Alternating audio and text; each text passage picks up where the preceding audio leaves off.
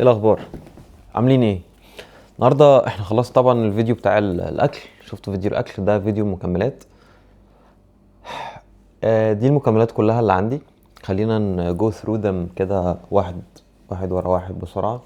هنا ده مالتي فيتامين، اكتر من 45 انجريدينتس مالتي فيتامين وبروبيوتيك وجينسينج وهكذا.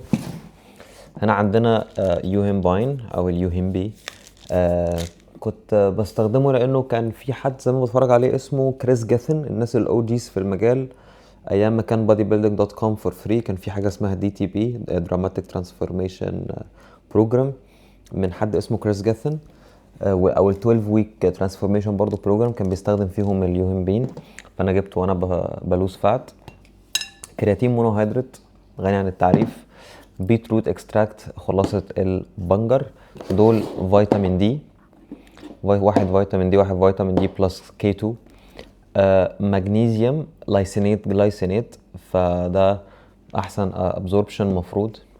هنا عندنا جلوتامين طبعا معروف برضو.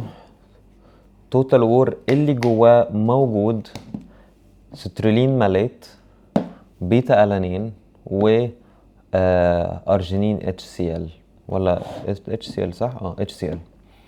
وعندنا هنا الاي ايز الاسينشال امينو اسيدز. طبعا في برانشنج امينو اسيدز والاسينشال امينو اسيدز. الاسينشال امينو اسيدز هي الامينو اسيدز انت محتاج تدخلها من بره، والامينو اسيدز اللي ما يعرفش هي الوحده او الوحدات اللي بيتكون منها البروتين. بروتين لو سلسله بيبقى فيها امينو اسيدز كتير في بعض فبيبقى اسمها بروتين. اخر حاجه عندنا السوبر جرينز اكستراكت، وده بيكون خلاصة الحاجات اللي هي الجرجير، البيتس اللي هو البنجر، الرمان، الكلام ده كله معمول في باودر تحطه على ميه وتشربه. الطعم استغفر الله العظيم وحش جدا. المهم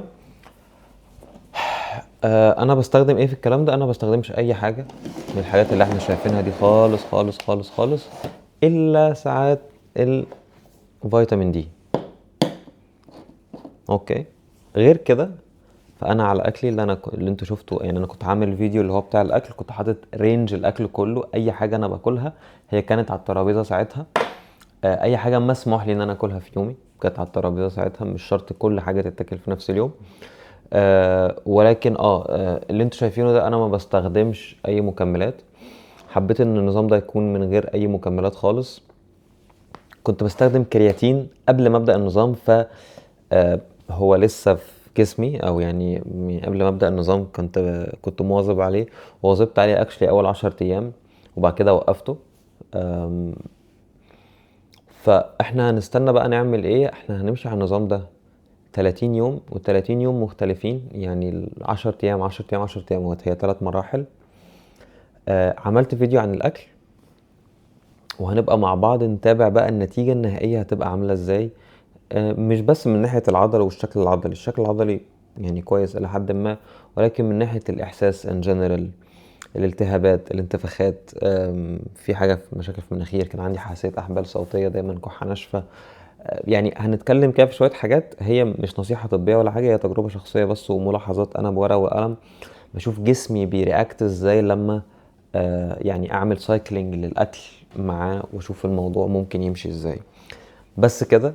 فدي التفاصيل كلها زي ما اتفقنا. طبعا هي لاكجري وحاجه حلوه جدا لاي حد كمان جيم برو او جورو في الحديد او بيتمرن من ايام. يعني قليل قوي قوي قوي قوي اللي هيفهم اليوهمبين ده ويلنك معايا من ايام bodybuilding.com لما كان ببلاش. MFT 28 جريك بليت، مانون كامبس من ستيف كوك، عندك كريس جاثن دي تي بي، عندك البريدايزيشن من الناس بتوع دايماتايز.